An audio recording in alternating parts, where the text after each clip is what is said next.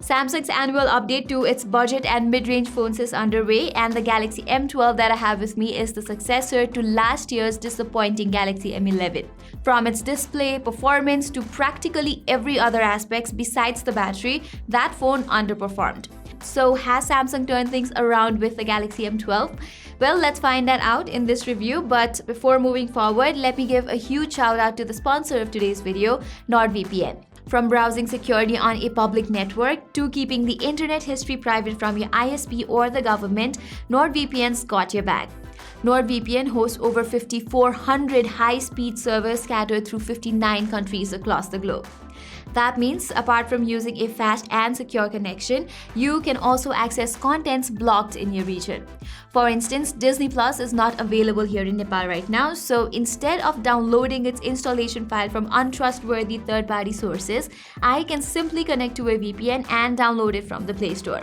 And right now, you can enjoy NordVPN's 2-year subscription at a discounted price of just $3.71 per month with a bonus subscription time of 1 month, 1 year, or even 2 whole years. So be sure to check out the link given in the description and use the code GadgetBite at checkout.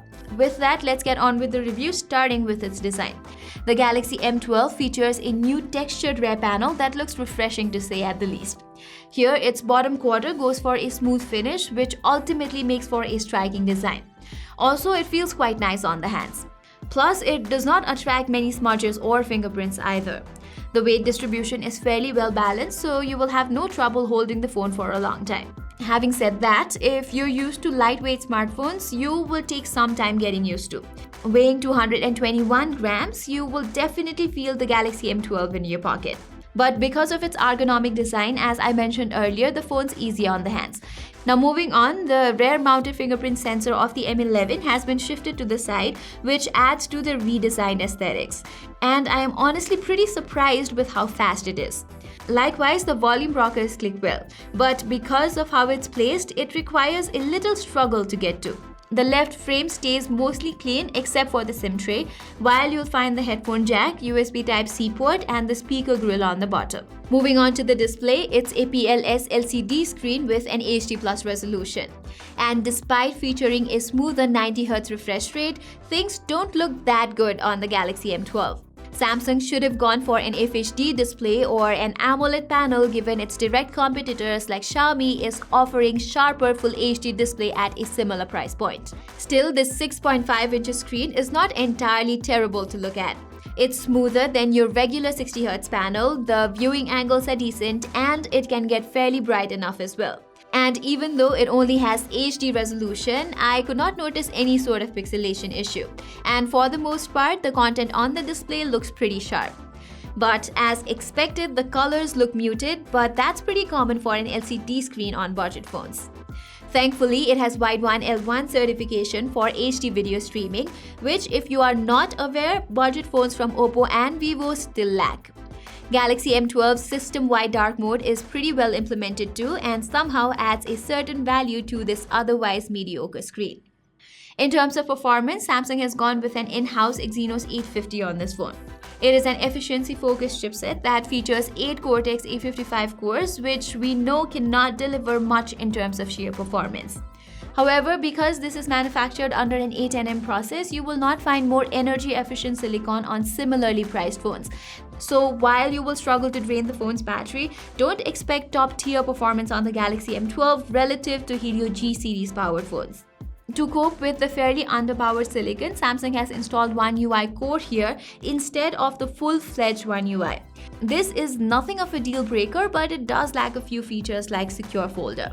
But more importantly, it runs on Android 11 out of the box, and Samsung also recently announced that they will be providing 4 years of security updates on its smartphones, including cheaper phones like these. So that's a big plus for Samsung. As for real-life performance, I have the 4GB RAM variant and it handles lightweight apps pretty well, and that's including some multitasking too. When it comes to gaming, you can play a handful of demanding titles in a controlled setting. Call of Duty Mobile runs under medium graphics and high frame rates, but there are a couple of stutters now and then. Similarly, PUBG Mobile can be cranked to balanced graphics and ultra frame rates or HD graphics and high frame rates. I preferred playing in the former setting as bumping the graphics results in a rather stuttery performance. But the more important thing here is that even after about 40 minutes of gaming, the phone does not get heated up that bad. Moving on, other relatively less demanding games like Mobile Legends, Clash Royale, and Injustice 2 are smooth enough to be playable. Asphalt 9 is surprisingly unplayable at high quality settings, but the performance mode shifts gears back to normal. By the way, Samsung's similarly priced Galaxy A12 is almost identical to the M12, but is powered by an even inferior Helio P35 SoC. I am really unsure about the decision, to be honest. Galaxy M12's cameras, on the other hand, are pretty good. It boasts a 48-megapixel primary lens followed by a 5-megapixel ultra-wide, a 2-megapixel depth, and a 2-megapixel macro sensor. Up front, you get an 8-megapixel selfie shooter inside the Infinity V notch. To reach a verdict about its quality, I compared it against the Redmi 9 Power, which has a similar camera setup. Starting with the normal images, M12 can produce comparatively better looking shots under a well-lit environment. It retains excellent details while the colors are close to natural. On the other hand, photos from the Redmi 9 Power tend to look a little washed out and lacking in terms of dynamic range. Wide-angle shots, however, are not that good on the M12 as its 5-megapixel images have low details and sharpness, while the Redmi 9 Power can deliver slightly better looking shots in terms of details. However, they are slightly oversaturated and has narrower field of view. Okay, in terms of portrait images, the Galaxy M12 comes off victorious. Edge detection is similar on both the phones, but the M12 handles exposure way better.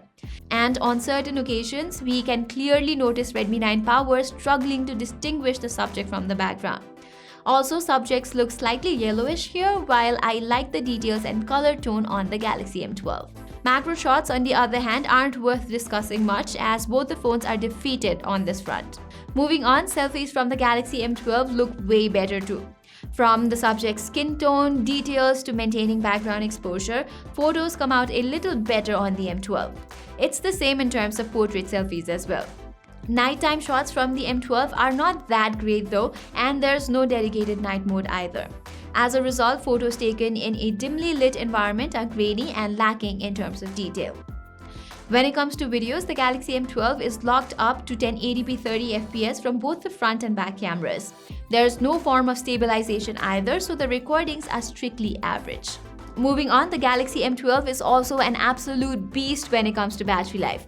Featuring a massive 6000 mAh cell, even under heavy load with multiple hours of gaming, I was able to get more than 9 hours of screen on time. That easily makes this a two-day phone to those with a less demanding usage pattern.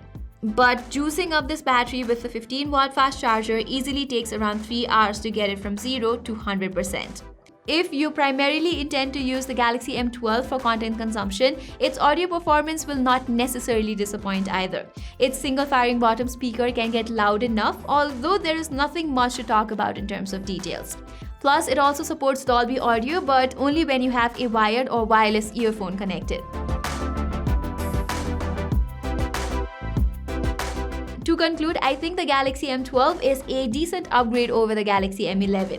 The company has worked on improving the design while providing better cameras, performance, and battery life as well.